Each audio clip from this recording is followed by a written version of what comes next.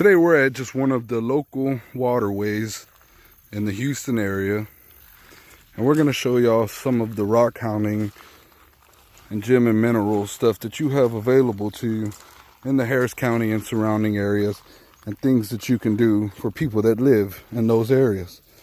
We're just on a waterway in the area, and what we're going to do today is pick up a few rocks and show y'all what y'all can make with these. We're talking about professional quality finished products. There's a couple of the pieces that I just collected. When I was making that video, I was just over there, and we walked this little gravel bar here, and then this side, and then over here. And this is what I've got. Got 3 pieces of petrified wood. These are all pretty silicified or agatized. This is actually more like a mixture of an agate, actually. And when we cut this, we'll know more better about this one. And this is some of the stuff my buddy Alan found, and he'll show y'all some of the stuff that he makes with these. And here's a little close-up. We're actually on the northern side of Houston right now, but these kind of gravels can be found along the Brazos River as well. I hope y'all seen these pieces of petrified wood there. These types of gravels can be found along the Brazos River as well. And we are actually in the Beaumont Formation. So if you want to look for stuff like this and have an easy place to find stuff like this, jump on Google and pull up a Texas geological map and try to look for the Beaumont Formation north of Houston. And if you can find an access point, you should be able to find some relatively neat gravels like this.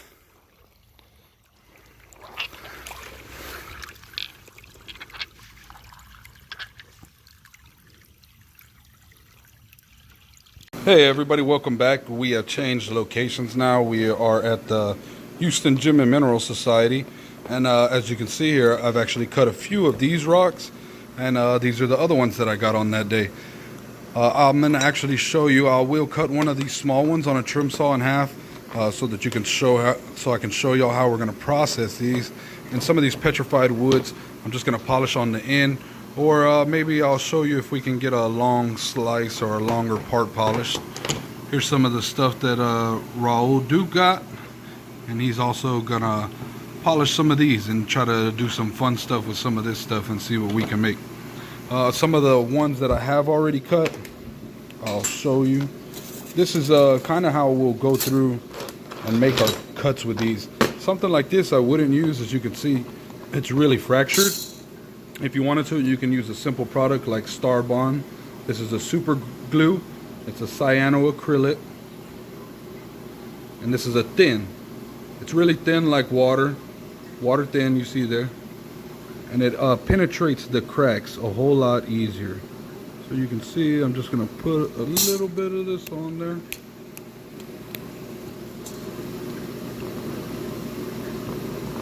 I guess I need to open it up. I must have glued it. There we go. I had to get that glue off the end there. Still got some glue. We'll come back to that, and I'll do that in just a second once I get this cut. You've got everything that you need here. I was going to say, normally what we use for cabs are slabs, and those are cut on these types of slab saws. These are oil enclosed slab saws. And there's a nice little rock inside of this one, actually. And these cut slabs like this. So that we know the thickness on them. The thickness is even all the way through. And the slab saws are available to use at the Houston Gem and Mineral Society, as well as scissors.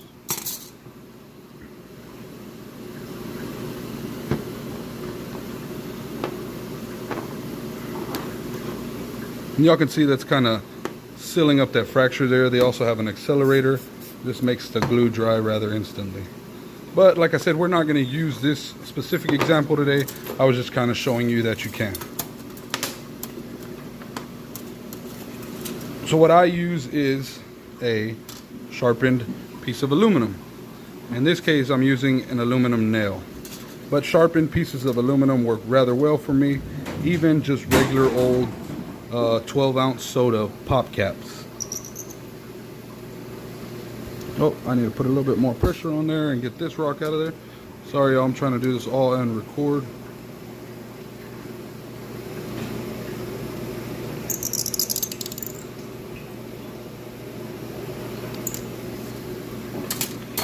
And that's the basic shape that we're going to be going for on this piece.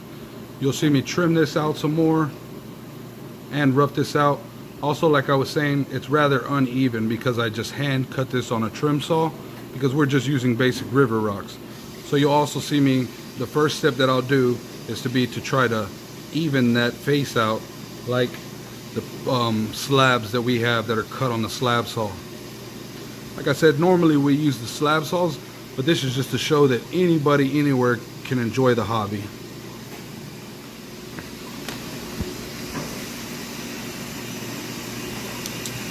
Alan, come give me a hand.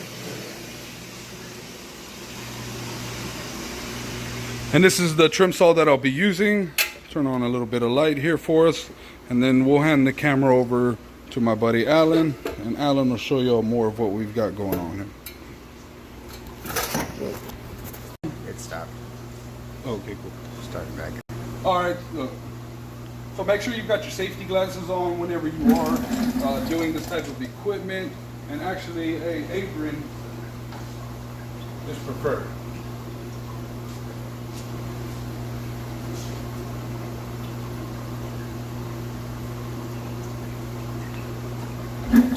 So what I'm going to try and do is just cut these in half, actually, like I was saying. And once we cut these in half, then we'll be able to work with them and tell what shape is best for us.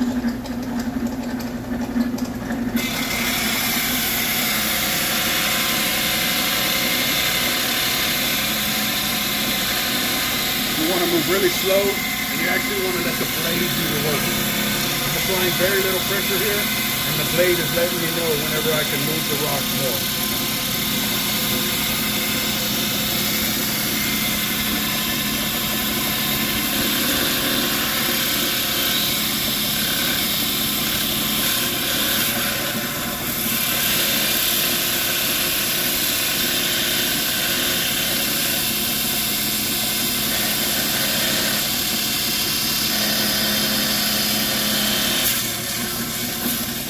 What we're using here is an anti-corrosive. You want to make sure that you have enough liquid inside of your reservoir where you have that constant drip. I cut that one in half there. Just a plain old red jasper, as you can see. We got one more we're going to do.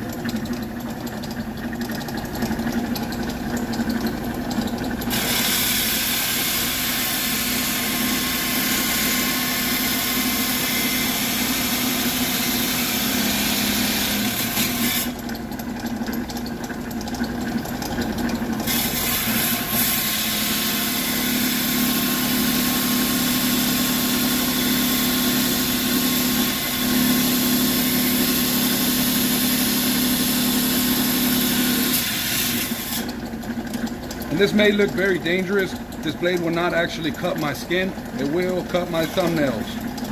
It will cut my nails. It will cut the harder parts on my surface of my skin, but it will not cut my skin itself. That'll be all for now. This is where we're at with those red jaspers. As you can see, we've taken the trim saw and gotten closer to the shapes that we are gonna want for our finished pieces here. And that's the small one there. Hopefully those will be about the same size whenever we're done, so that it'll be a calibrated pair for like a nice set of earrings or something. Now what I'm going to do is I'm going to rough these out. I'm going to get my circular shape there, and then get these all kind of flattened and smooth, because these are still river rocks. So we need to get these all flattened and smoothed out to a point where we're happy working with.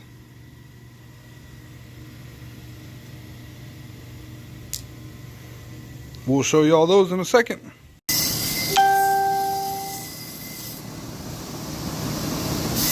All right, well, I guess y'all are back. This is the last piece that we're gonna do, and as I showed y'all there, we got our little pattern on there that we're going to want to try and cut out. And these are the ones right here that I've actually already shaped. And I think that one's going to need a little bit of glue just before we continue on. I may not use that one, but I'm just kind of showing y'all something that I would do. And that's the little pear right there. And this is the last one, and you'll just kind of see how I shape this out and get that even a little bit.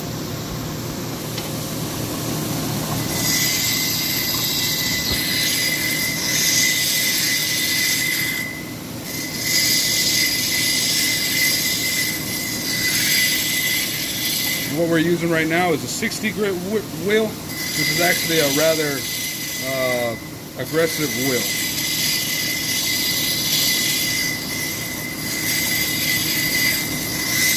Normally what most people use is about an 80 grit, but the 60 grit is available for this type of stuff and at the Houston Gem and Mineral Society.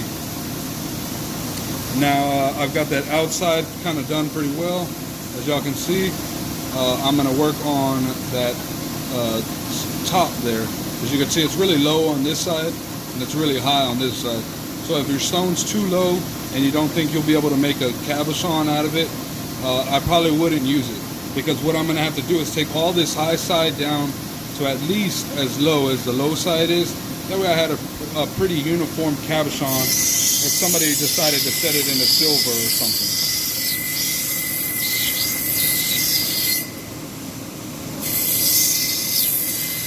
The majority of what I'm going to do right now is work on that high side.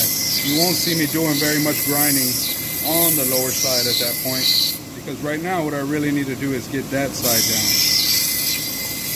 And I don't want to take the lower side down any lower just yet. So as you can actually see now, I've got it to a pretty fair thickness. A little lower there, just a little bit. But it's a pretty fair thickness now.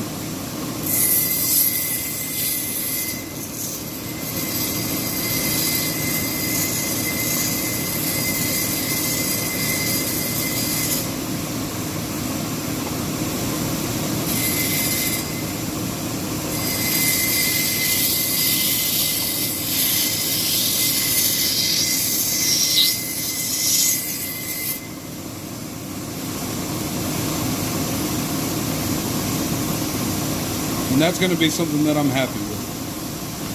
We've got all of our stones dopped here. We heated them up on the heat plate here, and then we stuck our sticks in the wax, got a little bit of wax on there, and then we adhered them to the stones. So these have all had a little bit of time to cool. Got 2, 3, 4, 5, and then the pear. So y'all will see me working with these on the machines here in just a second. All of our stones dopped here. We heated the stones a little bit on a heat pad, on a heating device, and we dopped our sticks with a little bit of dop wax, and now they've had a little bit of time to cool. Y'all see me shape these, so in just a second here y'all will see me working to polish these. But what I'm actually going to do first is grind down some of these pieces that I'm just going to face polish. That'll sit on the shelf really nice. Just kind of polish the way they are, actually.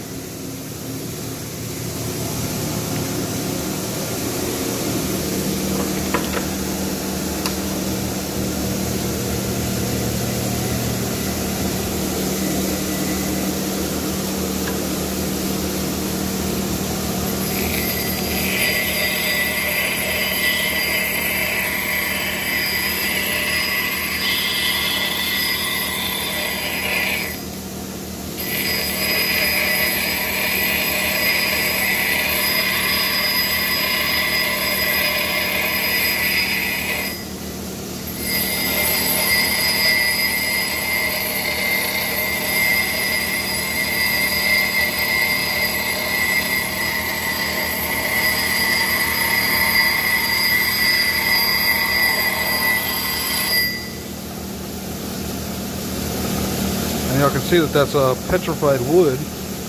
This is actually going to be a really nice, like agatized. You can see that light transferring through that. gonna be a really nice agatized piece of petrified wood.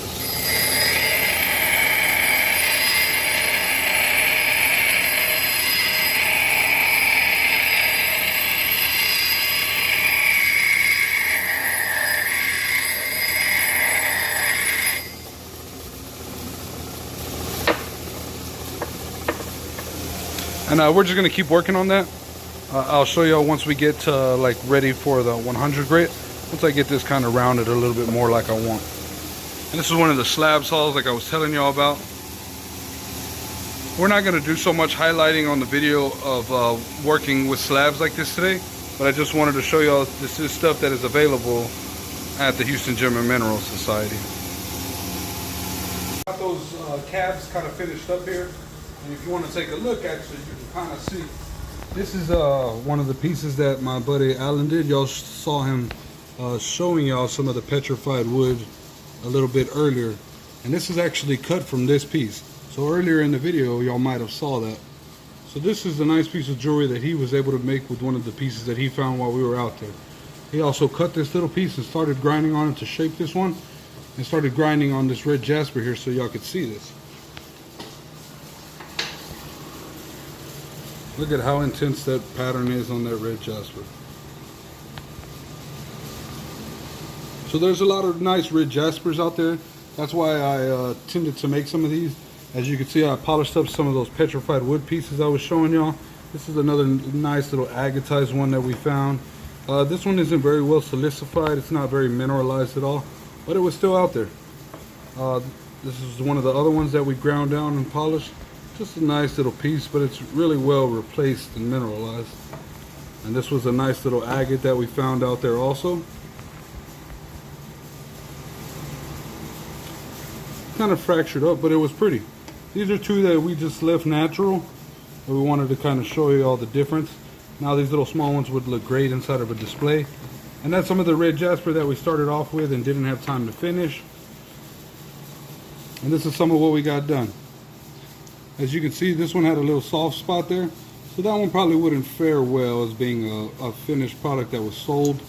The pair came out rather nice, pretty similar in shape. And these two, this one has really beautiful pattern. Actually, I have one more here. These two have beautiful pattern. Nice. And then this is the one that I showed y'all that I was referring to earlier that had the fracture. Told y'all I might stabilize. And that's what I was referring to. You could definitely see it now that it's dried up. You can see all the pitting in there. And that's why I said this was probably a piece that we would have discarded in the beginning. And this is one here that we've got at 100 grit. Or actually it's down at 60 grit that I was showing y'all. And we're going to finish this one up just so y'all can see what it is. On 60, and we're just going to show y'all how we polish this up. I showed y'all kind of roughing it out. If we polish all those pieces, this would be about a 2-hour long video. So we're just going to polish this one real quick. As I said, we're at 60. So 60 is already pretty well done. So I just wanted to show y'all though that we are at 60. And then we're going to move on to 100 here. And then this is 100 here. So we got 60, 100, and then we've got 200 on the far right. 60 far left, 100 in the middle, and 200 on the far right. So we've got to go and basically cover all the face. I want to go around the outside first. This is my personal technique. And you want to use all the wheel, not just the center of the wheel.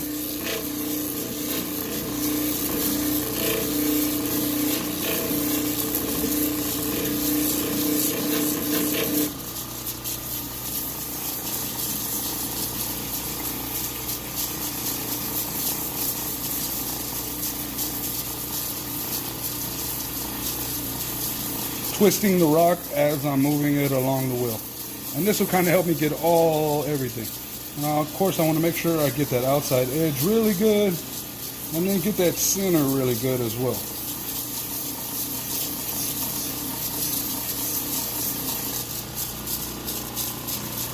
And then from that 60 there, we've already got a huge difference.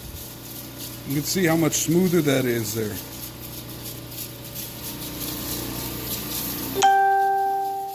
200. We're going to go to 600 on the far left, 1200 grit in the middle, and then we've got a 3000 grit wheel on the far right.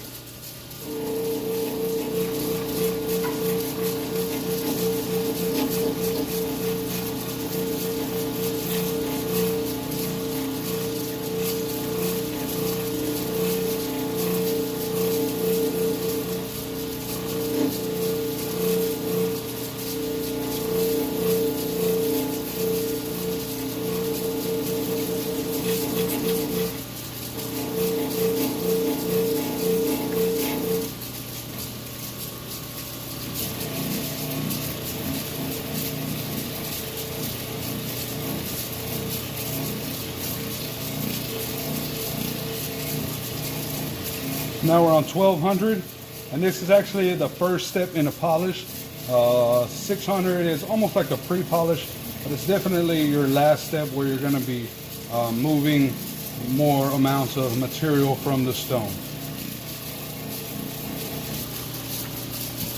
And just before we go to 3000, have a quick check, make sure there's no scratches or anything that we've really missed. And you can see there it's getting a much better shine. We're definitely starting to polish now.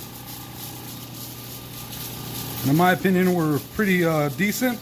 We're not going for anything super fantastic right now.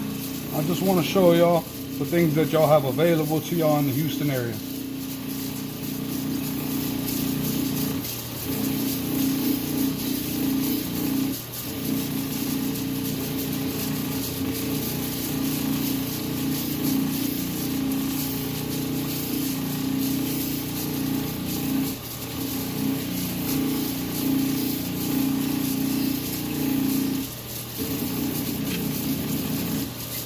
So we do have an 8,000 grit wheel here, and most people will use the 8,000 grit wheel, but most people that buy these types of machines and can purchase these at their house, these machines generally come standard with a leather pad on the end, and that pad can be used with cerium.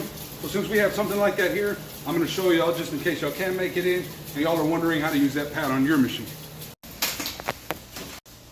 Okay, so what we've got here is cerium, and this is actually on a leather pad here. We've got a leather pad in there, and we've got the option of chromium oxide or cerium.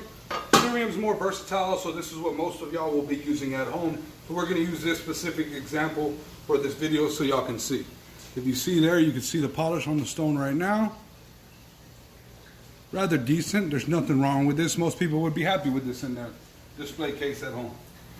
But with just a little bit of water, since this already has cerium, you can mix the paste if you're at home, or you can just do a little dab of a little bit more just to re-grit that pad.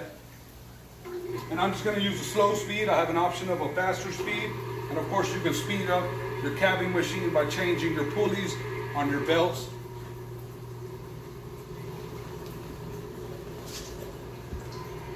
I'm just going to kind of work that outside so that I don't drag it, I don't catch that leather. And just keep a circular motion, make sure it's not sticking. If it starts to stick, just add a little bit more water.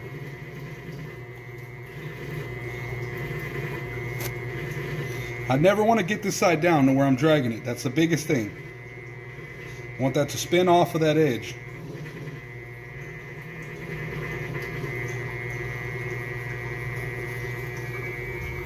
And now look at the difference in the polish. That's a mirror finished polish now. This would make a fantastic display in any petrified wood collector's display.